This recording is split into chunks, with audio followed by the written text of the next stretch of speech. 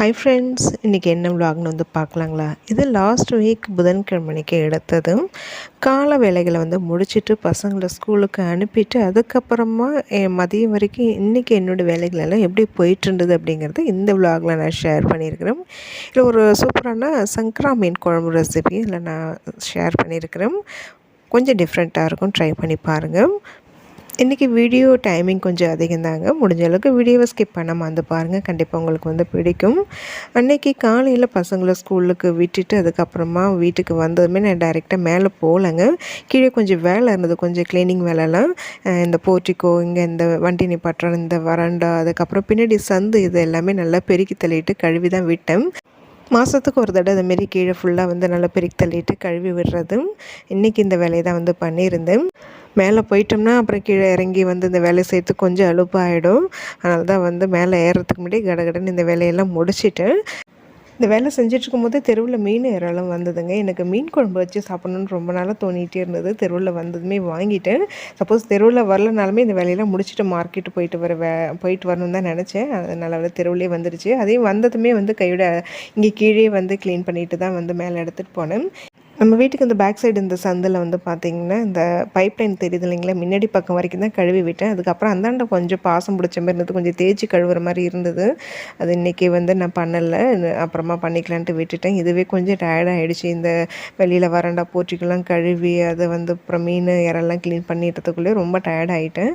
அதனால் அது அப்புறமா க்ளீன் பண்ணிக்கலான்ட்டு விட்டுட்டு மேக்ஸிமம் வந்து வீட்டை க்ளீனாக வச்சுக்கிறதுக்கு என்னோடய வேலைகளெல்லாம் இப்படி தாங்க இருக்கும். ஏதாவது ஒன்று பண்ணிகிட்டே தான் இருப்பேன். அந்த சந்து சைடு சந்து போர்ட்டிக்கோ எல்லாம் ஒரு நாளைக்கு நல்லா சுத்தமாக பெருக்கி தள்ளிட்டு நல்லா கழுவி விடுறது தான். அது இன்றைக்கி தான் வந்து முடித்த இந்த வேலையை. மேக்ஸிமம் மந்த்லி ஒன்ஸ் அதை வந்து பண்ணிவிடுவேன். இடையில ரொம்ப அசிங்கமாக இருந்ததுன்னா அப்புறம் அன்றைக்கி வந்து பண்ணுவேன். பசங்களை ஸ்கூலில் விட்டுட்டு கோயிலுக்கு போயிட்டு வீட்டுக்கு வர்றதுக்கு எனக்கு ஒரு 8:50 இல்லை மேக்ஸிமம் ஒரு 9 மணி தான் வந்து ஆகும். இந்த சேரு ஸ்டூல்லாம் கொஞ்சம் க்ளீன் அதாவது கழுவ வேண்டியதுன்றது அதையும் வந்து பண்ணியிருந்தேன். இந்த வேலையெல்லாம் முடிச்சுட்டு வர்றதுக்கு எனக்கு ஒரு 1.5 மணி நேரம் கிட்ட ஆகிடுச்சு. மணி 10:30 ஆகிடுச்சு. மேலே ட்ரெஸ் எல்லாமே ஃபுல்லாக நனைஞ்சிச்சு. அதுக்கப்புறமா சரி வேறு ட்ரெஸ் சேஞ்ச் பண்ணிவிட்டு அதுக்கப்புறமா வந்து சாப்பிட்டுட்டு கொஞ்சம் நேரம் வந்து ரெஸ்ட் எடுத்துகிட்டு அதுக்கப்புறமா தான் வந்து மதியம் சமையல் வேலையை வந்து பார்க்கணும். மீன் வேறு வாங்கி வச்சுருக்கிறேன். அன்றைக்கி சமையல் வந்து இந்த சேப்பங்கிழங்கு போட்டு வந்து குழம்பு மாதிரி பருப்பு குழம்பு தான் வந்து வச்சுருந்தேன். ஒரு சிஸ்டர் கூட வந்து கேட்டிருந்தாங்க, சேப்பங்கிழங்கு வந்து குழம்பு வச்சா குழன்னு வராது அப்படின்ட்டு.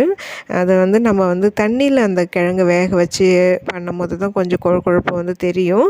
நம்ம வந்து ஆவியில் வேக வச்சுட்டு அதுக்கப்புறமா அந்த கிழங்கை வந்து நம்ம குழம்பு வச்சோம்னா அந்த அளவுக்கு வந்து அந்த கொழுப்பு வந்து தெரியாது. இருந்தாலும் லைட்டாக இருக்கும். எங்களுக்கு சேப்பங்கிழங்கு வந்து ரோஸ்ட், அதாவது ஃப்ரை பண்ணுறதோட எனக்கு குழம்புனா ரொம்ப பிடிக்கும். சாதனா அப்போ ரொம்ப விரும்பி சாப்பிடுவாங்க. அதனால் இன்றைக்கி அந்த குழம்பு தான் வந்து பண்ணியிருந்தேன். ஆனால் அன்றைக்கி என்ன வந்து பொரியல் பண்ணேன்னு எனக்கு ஞாபகம் இல்லை. வீடியோ எடிட் பண்ணும்போது கூட யோசித்து பார்க்குறேன், எனக்கு சரியாக ஞாபகம் இல்லை. பசங்களுக்கு அந்த குழம்பு தான் ஊற்றி கிளறி கொடுத்து அனுப்பிச்சிருந்தேன். காலையில் சாப்பிட்றதுக்கு வந்து பழைய சாப்பாடு தாங்க. முத நாளே வந்து கொஞ்சம் சாப்பாடு வந்து வடித்து வச்சுருந்தேன் பழையதுக்காக.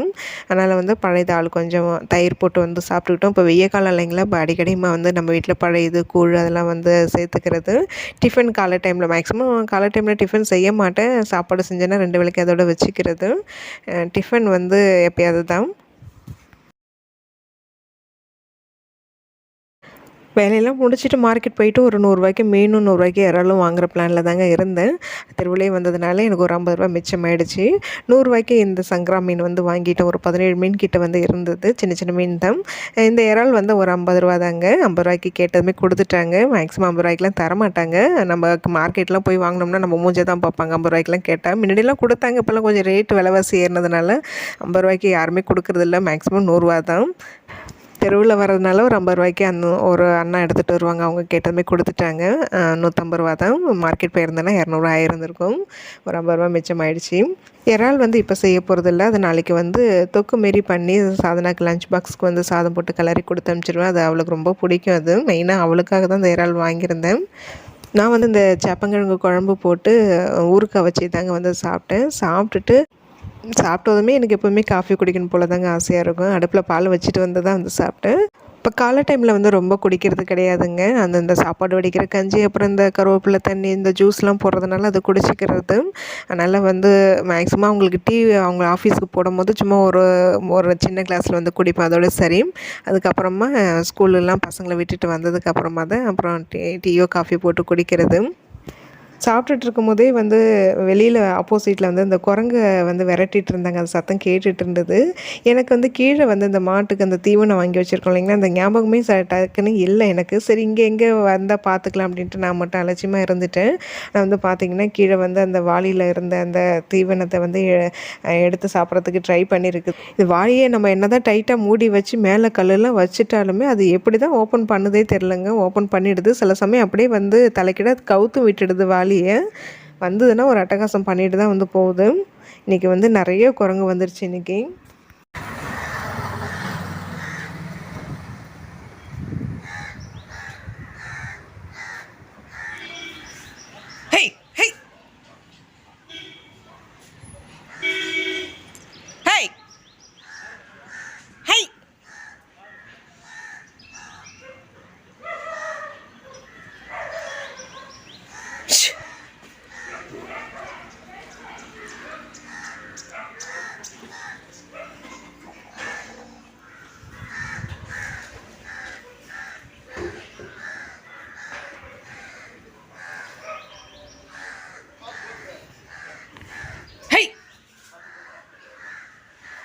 அந்த வாழைக்கு கீழே கொஞ்சமாக கொட்டி வச்சுருந்ததுங்க. அதை தான் வந்து அள்ளி தின்னுட்டு இருந்தது. சரி அதுங்க வந்தால் தின்னுட்டு போய்டும்ட்டு தான் நான் திருப்பி அள்ளி வாளியில் போடலை.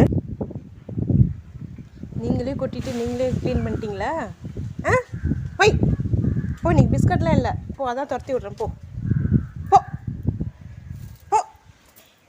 ஹை போ போ. ஹை போ, இற கீழே கீழே கீழே.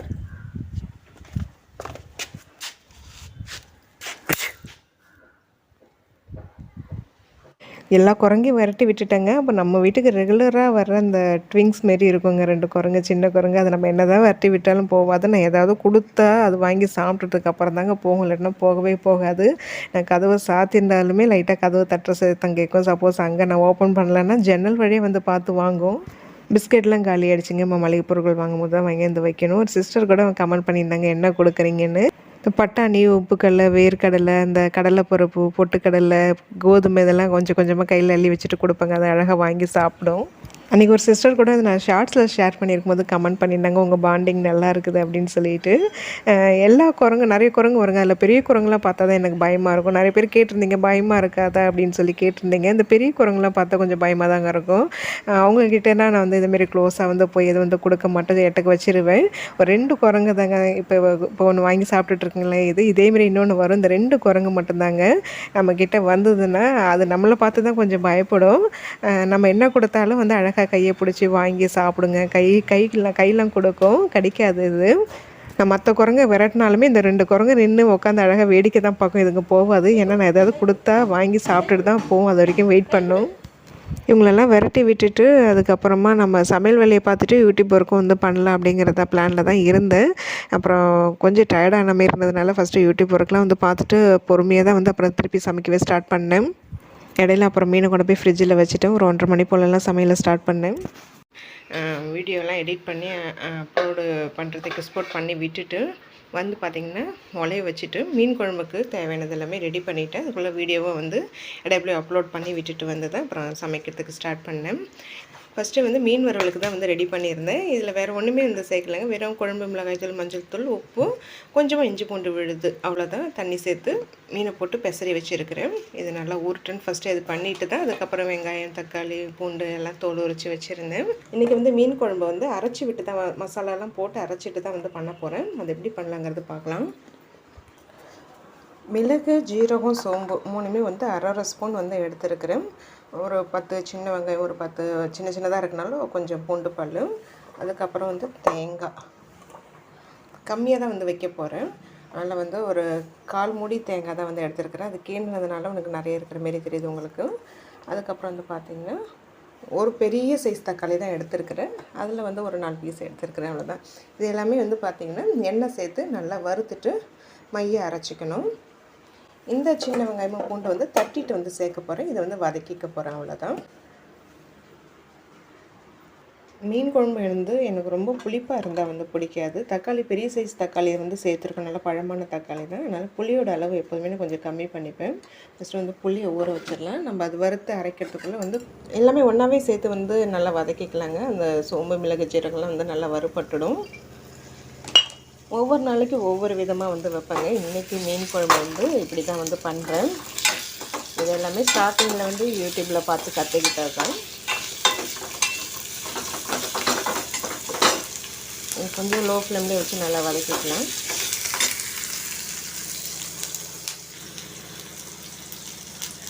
பழைய சாதம் கொஞ்சம் இருக்குது. சாதம் வந்து பார்த்திங்கன்னா பசங்க வந்து நைட்டு மீன் குழம்பு ஊற்றி சாப்பிட்டுப்பாங்க. இப்போ எனக்கு சாப்பிட்றதுக்கு தேவையான அளவுக்கு தான் இப்போ வந்து வடிக்கிறேன். மாவு இருக்குது. பசங்க வந்து வேணும்னா தோசை கேட்டால் கூட ஊற்றி கொடுத்துப்பேன். மீன் குழம்பு தொட்டு சாப்பிட்டுப்பாங்க. இது வந்து நம்ம வந்து அதை வதங்கிறதுக்குள்ள அது வந்து இடிக்கல்லில் போட்டு நல்லா இடிச்சிக்கலாம். சின்ன வெங்காயம், பூண்டு வந்து நம்ம அப்படியே வதக்கிறத விட நம்ம இதுமாரி வந்து இடிச்சிட்டு வந்து வதக்கும் போது நல்ல ஒரு வாசனையாக இருக்குங்க. டேஸ்ட்டாகவும் வந்து இருக்கும்.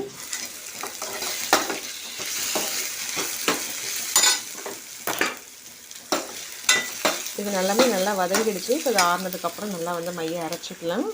மீன் குழம்பு வந்து இன்றைக்கி நான் மண் சட்டியில் தான் வைக்க போகிறேன். குழம்பு கம்மியாக தான் வைக்கிறேன். ஆனால் சட்டி பெரிய சட்டியாக தாங்க இருக்குது. இன்னொரு சட்டி இதுமாரி சின்ன சைஸில் வந்து வாங்கணும். கம்மியாக மீன் குழம்பு வைக்கிற அன்றைக்கெலாம் குட்டி சட்டியில் வைக்கிற மாரி வந்து சின்ன சைஸில் ஒன்று வாங்கணும். இப்போதைக்கு இந்த சைஸில் தான் இருக்குது என்கிட்ட. சட்டி வந்து நல்லா சூடு ஏறட்டும். அதுக்குள்ளே வந்து பார்த்திங்கன்னா புளியை வந்து நல்லா கரைச்சிக்கலாம். இதுவும் நல்லா வந்து தட்டி எடுத்துட்டேன். செடிக்கு போடுறதுக்காக அப்படியே அந்த வெங்காயத்தோல்லாம் வச்சுருக்கிறேன். சாதம் வந்து பார்த்திங்கன்னா வெந்துருச்சு. ஃபஸ்ட்டு இது வடித்து விட்டுடலாம்.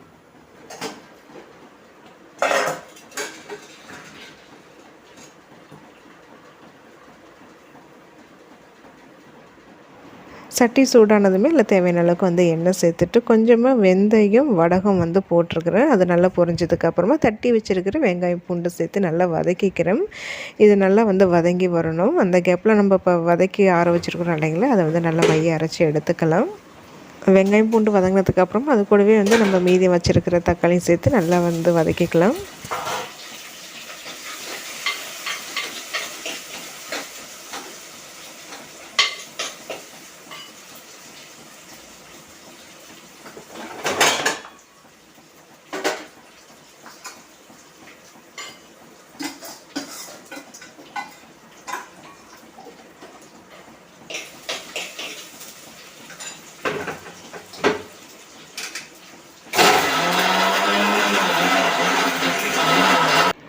மீன் குழம்புக்கு வந்து எப்போதுமே நம்ம வீட்டில் அரைச்ச குழம்பு மிளகாய்த்தூள் தான் வந்து நான் சேர்த்துப்பேன். வெங்காயம், பூண்டு, தக்காளி சேர்த்து வதங்கினதுக்கப்புறமா குழம்பு மிளகாய்த்தூள் வந்து காரத்துக்கு தகுந்த மாதிரி சின்ன சின்ன ஸ்பூன் தான், அதை 4 ஸ்பூன் சேர்த்துருக்குறேன். மஞ்சள் தூள், உப்பு சேர்த்துருக்குறேன். சும்மா 2 பெரட்டு பெரட்டிட்டு அரைச்ச மசாலா சேர்த்து நல்லா வந்து வதக்கிக்கலாம்.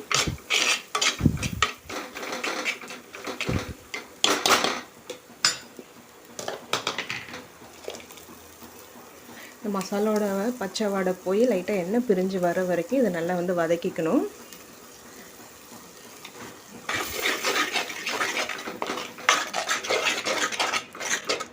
அரைச்சி விட்டு வைக்கிற மீன் குழம்பு ரொம்ப நல்லாயிருக்குங்க, டேஸ்ட்டாக இருக்கும். கண்டிப்பாக ஒரு தடவை வந்து ட்ரை பண்ணி பாருங்கள். நிறைய பேர் இந்தமாரி செய்வீங்க. புதுசாக பார்க்குறவங்களுக்கு அரைச்சி விட்டு செஞ்சால் நல்லாயிருக்குமான்னு யோசிப்பீங்க. ரொம்ப நல்லாயிருக்கும். கண்டிப்பாக ட்ரை பண்ணி பாருங்கள். சமைக்கும் போது இந்த வேலை எப்போதுமே வந்து நான் பண்ணிவிடுவேங்க. அதாவது இந்த கேஸ் ஸ்டவ்வில் ஏதாவது வந்து தெரிச்சாலோ கண்ணாப்பின்னு இருக்கிற ஜாமான்ல வந்து எடுத்து வைக்கிறது, பாத்திரம் விளக்குறதுன்னு இந்தமாரி கிடைக்கிற கேப்பில் சின்ன சின்ன வேலையை வந்து முடிச்சிடுவேன். இப்படி பண்ணும்போது சமைக்கும் போது நம்மளுக்கு கிச்சன் பார்க்க நீட்டாக அழகாக வந்து இருக்குங்க. நம்மளுக்கு கொஞ்சம் டென்ஷன் இல்லாமல் வேலையை வந்து பார்க்கலாம். எனக்கு இந்த கண்ணாப்பின்னு சிந்தி இருந்தாலும் எனக்கு பார்க்க கடுப்பாக இருக்கும். அதனால் அது கையிடவே அது பண்ணிகிட்டே இருப்பேன் இந்த வேலையெல்லாம். மசாலா நல்லா வதங்கிடுச்சு, எண்ணெய் பிரிஞ்சு வந்துடுச்சு. இப்போ இதில் வந்து நம்ம புளி கரைச்சி வச்சுருக்கோம் இல்லைங்களா, அதை வந்து சேர்த்துக்கலாம். இந்த வானல்லே வதக்கணும் இல்லைங்களா, அந்த மிக்ஸி ஜார் கழுவின தண்ணி இந்த வானல்லே எண்ணெய் ஓட்டிகிட்டு இருக்கோம் இல்லைங்களா, அதிலே ஊற்றிட்டுறேன் தண்ணி எல்லாமே கரைச்சிட்டு.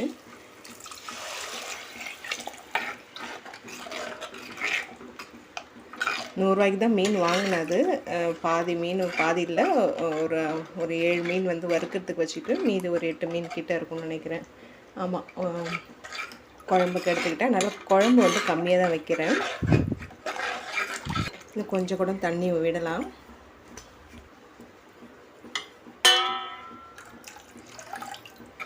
குழம்பு நல்லா கொதித்து சுண்டி வரட்டுங்க. கடைசியாக மீன் வந்து போட்டுக்கொண்டே தான். மீன் போடுறதுக்கு முன்னாடி மாங்காய் இருந்தால் மாங்காய் சேர்த்துட்டு அதுக்கப்புறமா ஒரு கொதி வந்ததுக்கப்புறமா மீன் சேர்த்து ஒரு 3 நிமிஷம் சிம்மில் வச்சு இறக்கிட்டோம்னா சங்கரா மீன் குழம்பு ரெடி.